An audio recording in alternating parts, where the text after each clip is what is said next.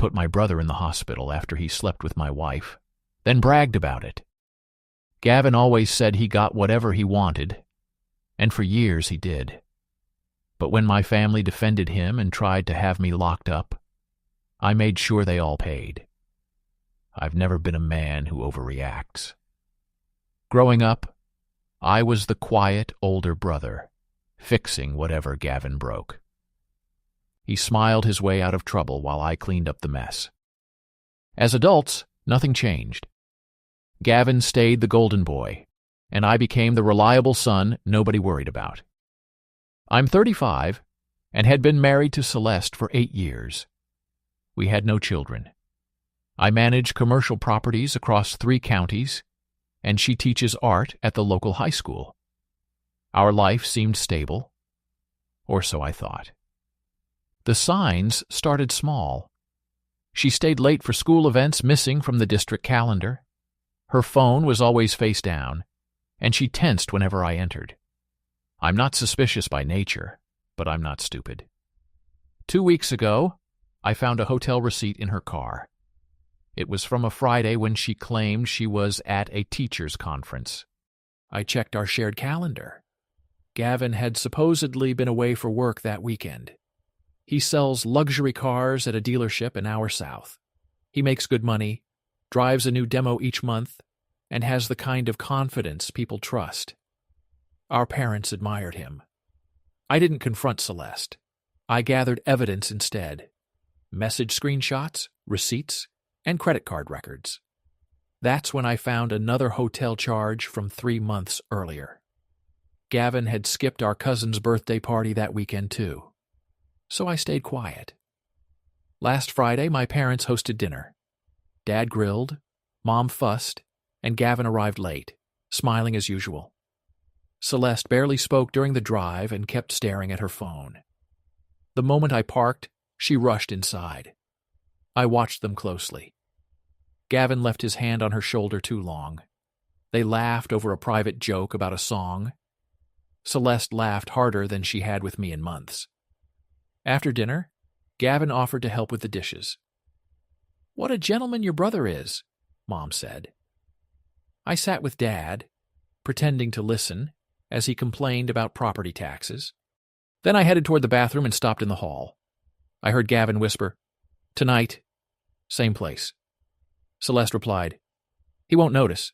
He never does." My hand rested on the bathroom door. I felt no rage or heartbreak, only cold certainty. I returned, finished my beer, hugged my parents, and drove home with Celeste. I said I had a headache and was going to bed early. She looked relieved. When the shower started, I grabbed my phone and keys and slipped through the garage. I knew the hotel from the receipt. I parked 3 rows from the entrance and waited.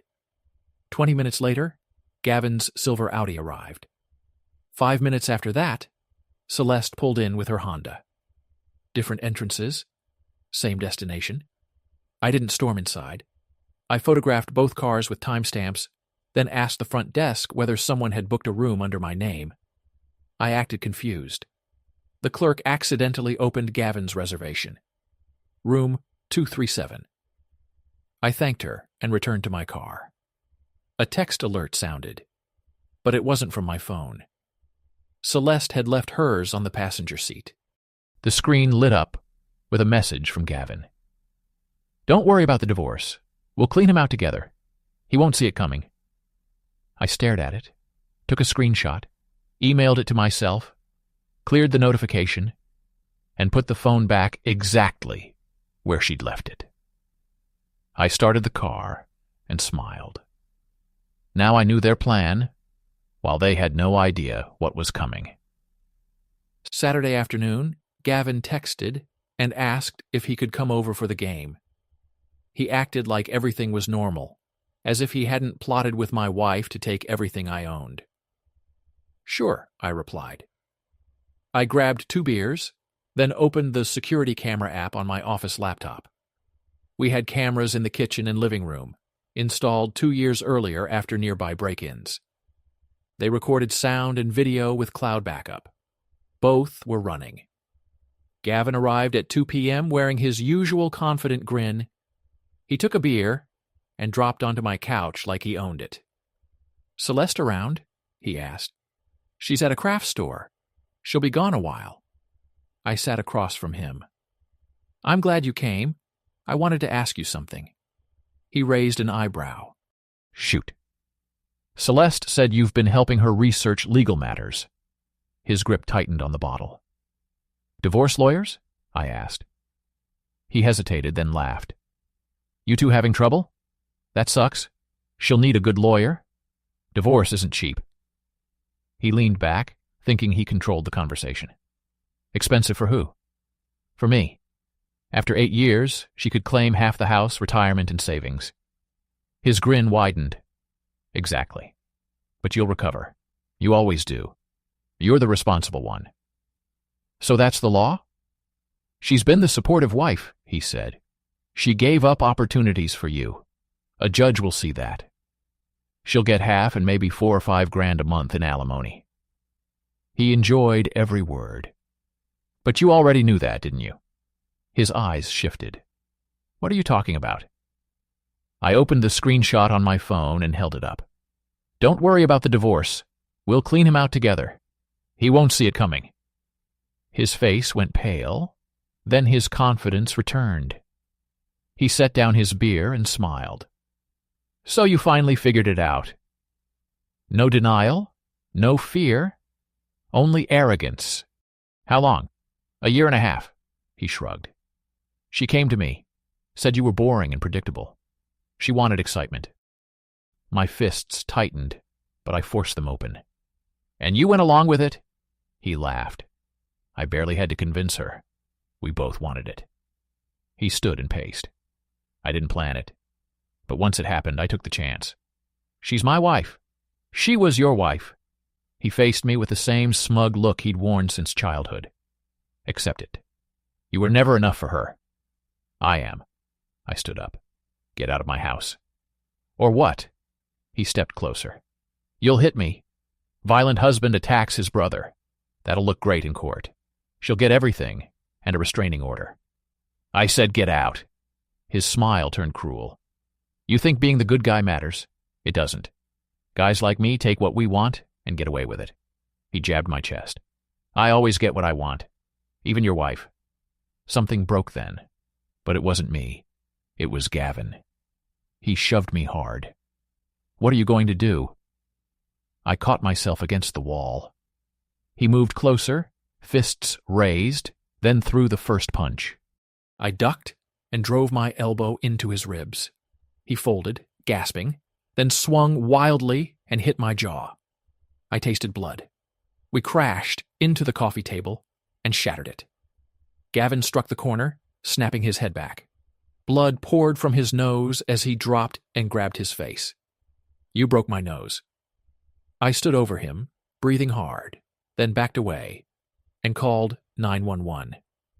"I need police and an ambulance. My brother attacked me in my home.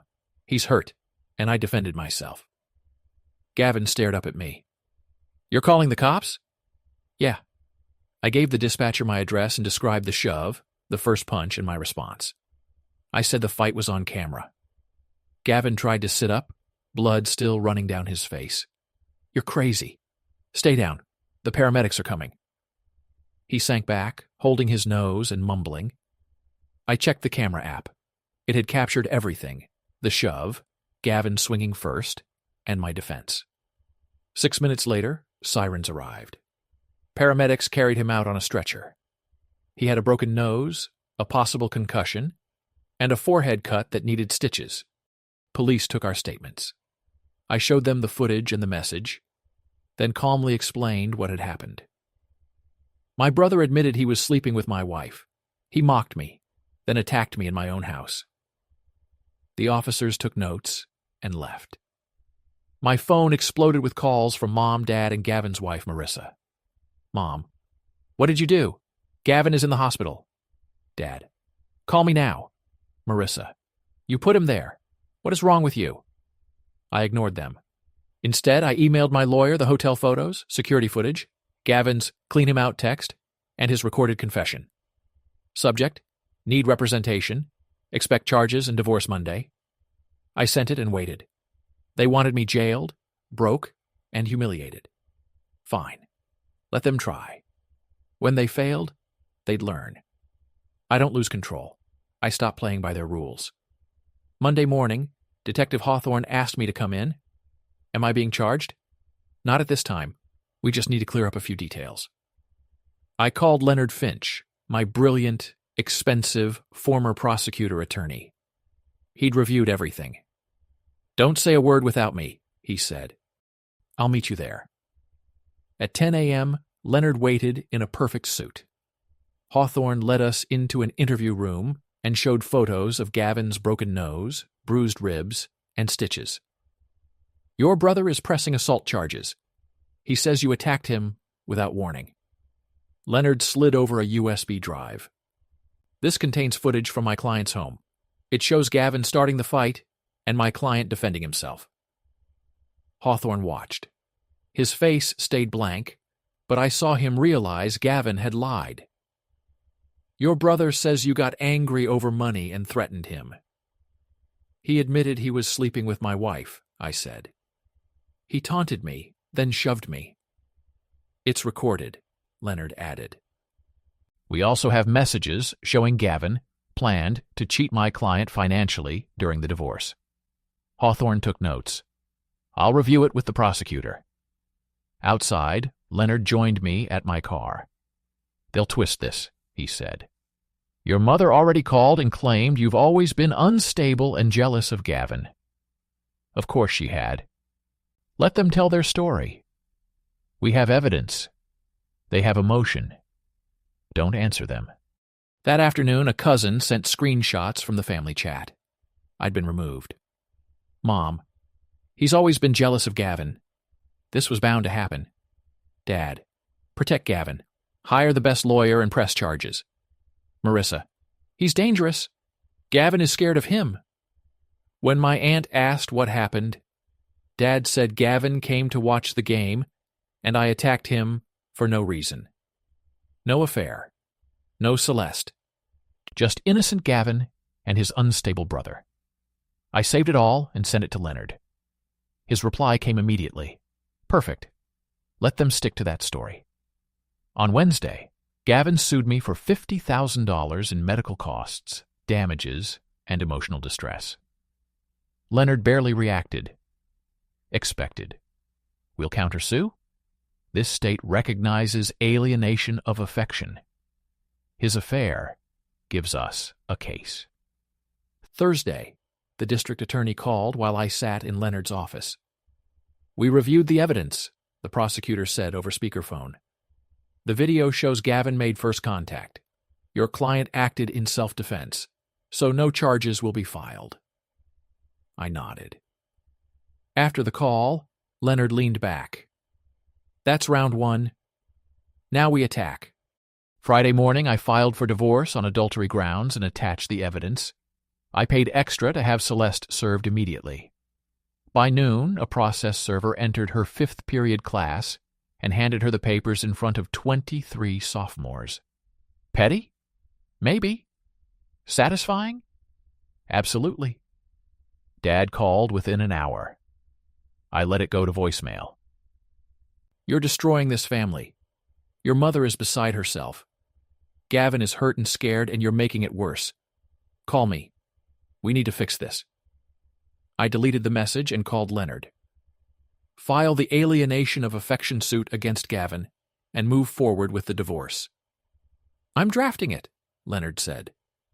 But Celeste will fight for assets and alimony. She's calling lawyers now. Let her. You sound confident. I am. Why? When we got engaged 8 years ago, my parents insisted on a prenup. They said I'd worked too hard to risk losing everything. Did she sign it? He sounded amused, and for the first time, I felt certain. Yes. She barely read it, and assumed it was routine. There's an infidelity clause. If she cheats, she gets only the legal minimum. Leonard laughed. You knew this all along. I never needed it before. What about joint property? Most was mine before marriage or inherited. I owned the house first, and her name isn't on the deed. Our retirement accounts are separate. Her salary is nowhere near mine. So when she asks for half, she's in for a shock. Exactly. Leonard paused. Your family thinks pressure will make you back down. I know. They have no idea what's coming. While they blamed me, I documented every asset, dollar, and clause in the prenup they had demanded. They planned to bleed me dry. Instead, financial ruin was headed their way. The prenup was 12 pages long. Celeste signed it in my parents' attorney's office 8 years earlier. She was annoyed because she wanted to handle wedding deposits, but my parents insisted. It's only a formality, Mom had said. It protects you both. Celeste skimmed it and signed 3 places. She never asked what she'd agreed to. The divorce moved fast. Celeste hired Marilyn Rowe, an aggressive attorney known for draining wealthy husbands in high-asset divorces. She's good, he said, but she's about to hit a wall. At our first mediation in February, Celeste arrived in a black dress with perfect hair and makeup, playing the wounded wife. Marilyn had coached her well. My client is entitled to half of all marital property, Marilyn began, including the $480,000 house, about $340,000 in retirement funds, and the investment properties.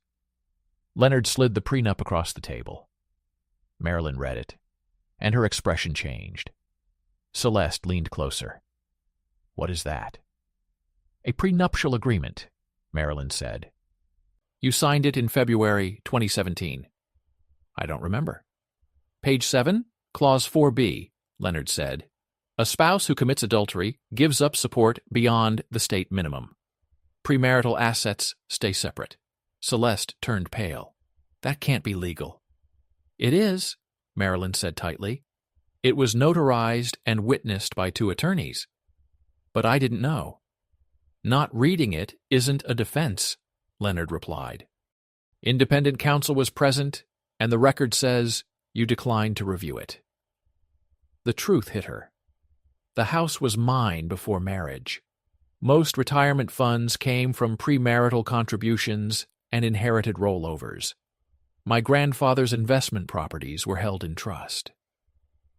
What about alimony? Celeste asked, her voice cracking. We were married 8 years. I supported him. Marilyn checked her notes. You made about $43,000 a year. He averaged $135,000. That won't overcome the agreement. But I gave up.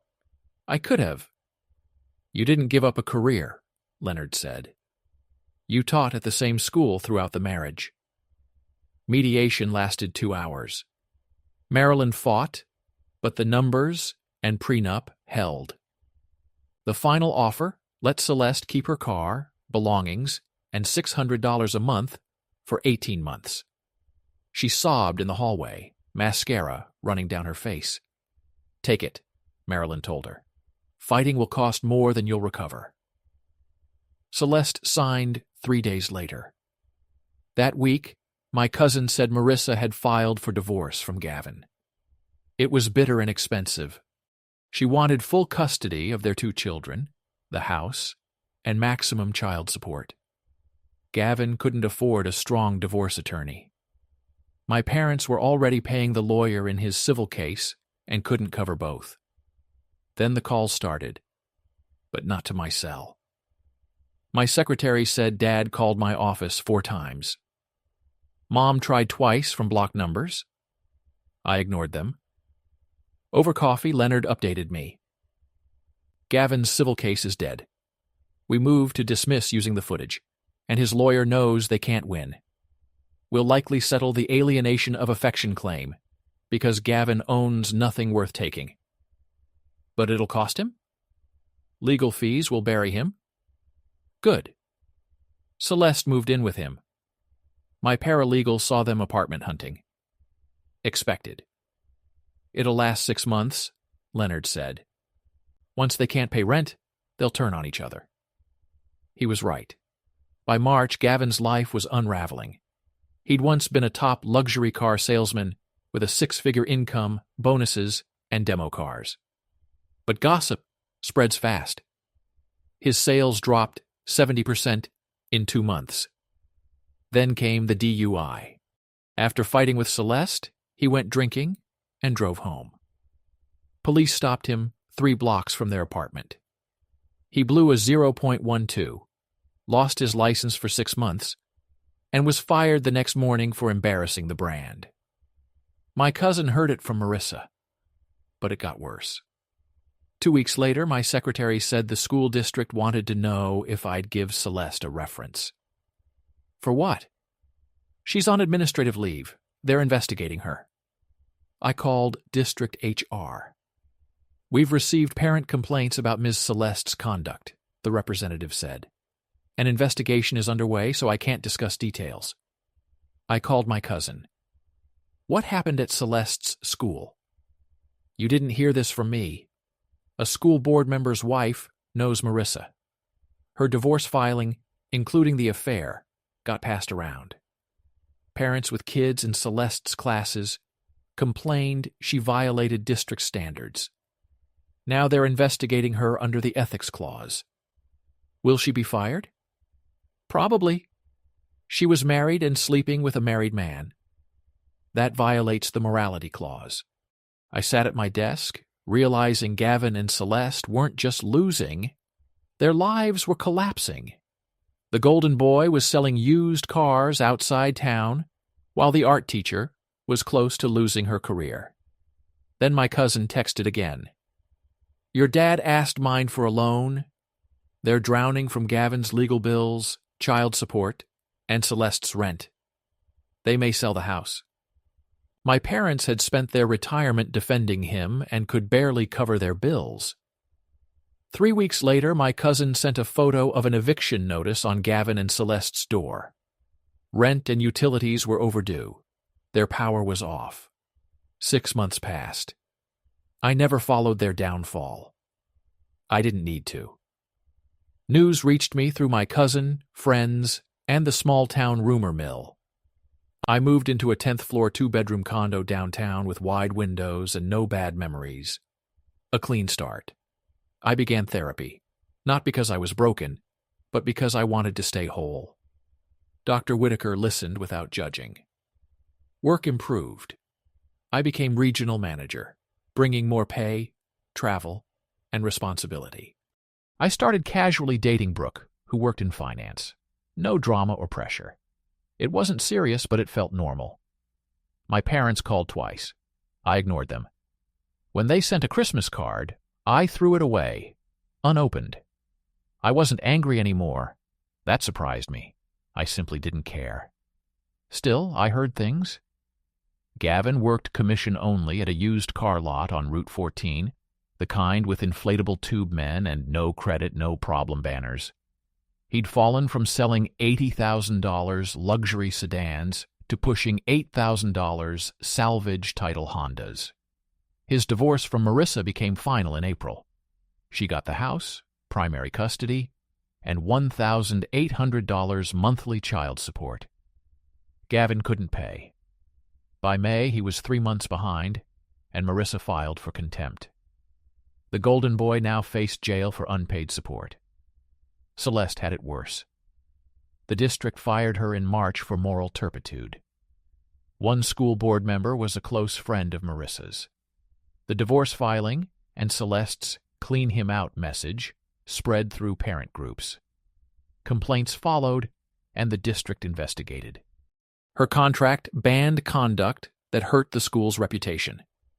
That ended her career. The state reviewed her license. Her firing appeared on every background check. No school would hire her. Even retail stores rejected her. My $600 monthly alimony covered almost nothing. Gavin gave her nothing because he could hardly support himself.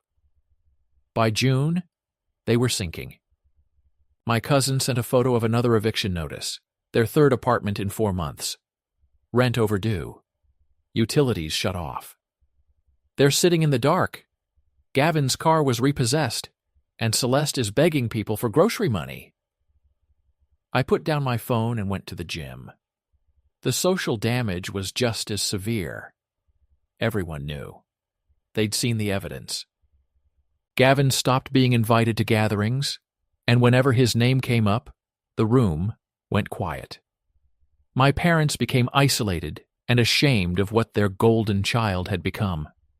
They bet everything on him and lost. They emptied their retirement accounts. Dad cashed out his 401k, paid the penalties, and poured the money into Gavin's legal bills and overdue child support. They covered rent, car payments, and groceries. It still wasn't enough. In July, they sold the 4-bedroom colonial they'd owned for 30 years, below market value because they needed cash. They moved into a cramped 2-bedroom apartment with thin walls and no yard. Mom's health worsened. Stress caused high blood pressure, and she needed 3 medications. My cousin said she looked 10 years older. Dad stopped taking calls or attending church. He worked, came home, and stared at the television. They had built their lives around protecting Gavin and believing he was special. He burned through everything they owned. Gavin was denied unemployment because he was fired for cause. His DUI made him uninsurable for driving work, and his resume was poison. By August, he worked nights at a gas station for minimum wage. Celeste picked up occasional coffee shop shifts that barely covered her phone bill. They stayed together, barely. They fought constantly, screaming in parking lots and trading blame. They had destroyed their lives for one another and were trapped in the wreckage. Celeste's parents cut her off, saying she had to live with her choices. Gavin had only our parents, and they had nothing left. I focused on my life, but small-town gossip kept bringing news. In September, Brooke and I spent a peaceful weekend upstate. We rented a cabin, hiked, and ignored our phones. When I returned Sunday evening, I checked my phone. 17 missed calls. 2 from my cousin, 3 from an unknown number, and 12 from Dad. No voicemails. Then I saw my cousin's text. "They're coming to you. I tried to stop them. I'm sorry." I opened my security app and rewound the footage. My parents' car had been outside that afternoon. I zoomed in. 3 people sat inside. Mom, Dad, Gavin. Dad called again. I declined it, carried my bag upstairs, made dinner, watched television, and showered.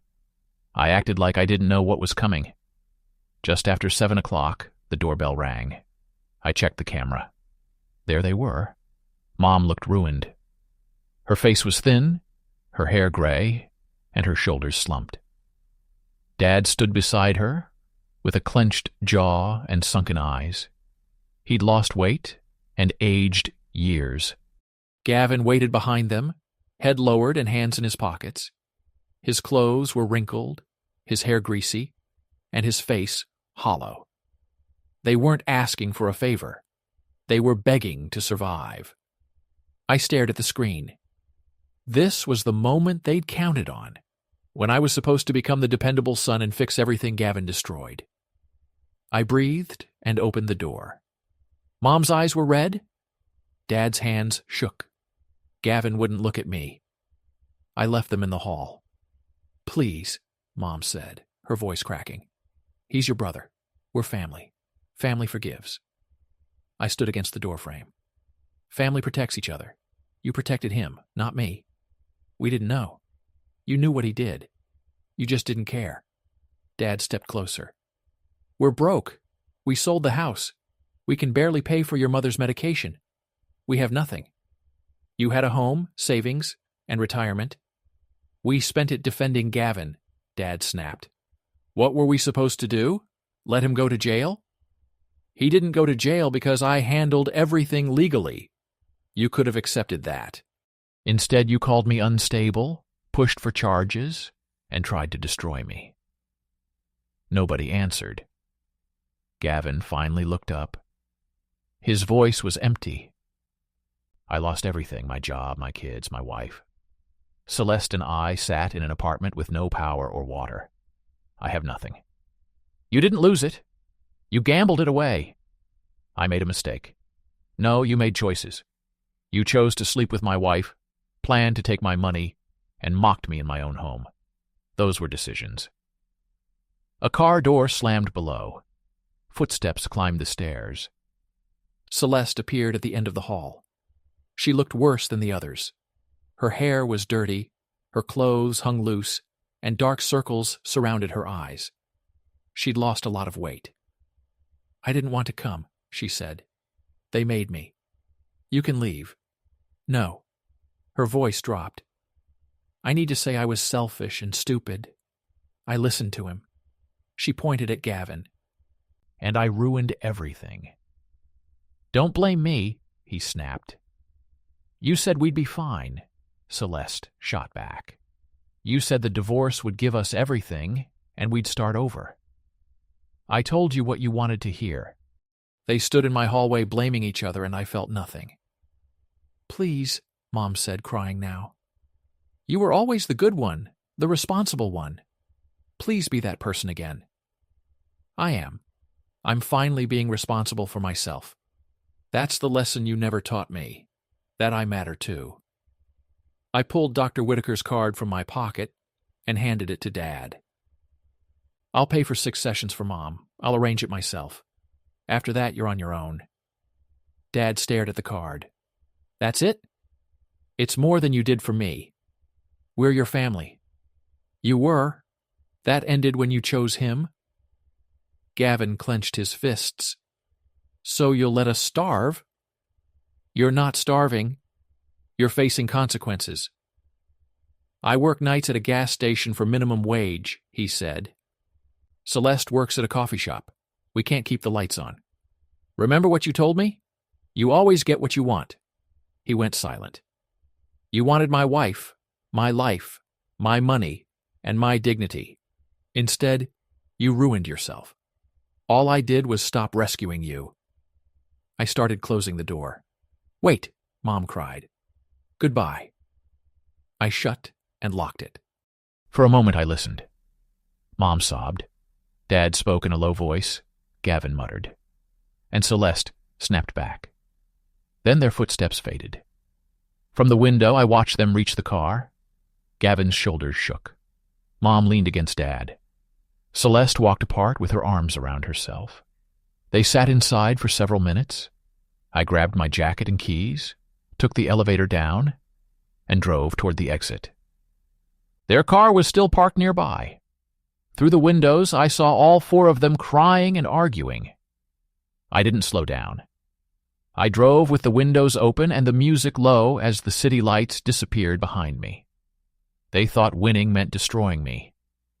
In the end, they destroyed themselves. I only stopped holding them up, and that was the consequence they never expected. 3 months later, Gavin filed for bankruptcy. Celeste moved to another state and went back to her parents after every other option disappeared. Last I heard, she worked retail and still couldn't teach. My parents downsized again and moved to a cheaper state, far from everyone they knew. We exchanged Christmas cards that first year. After that, nothing. I earned another promotion, bought a cabin upstate, and got serious with Brooke.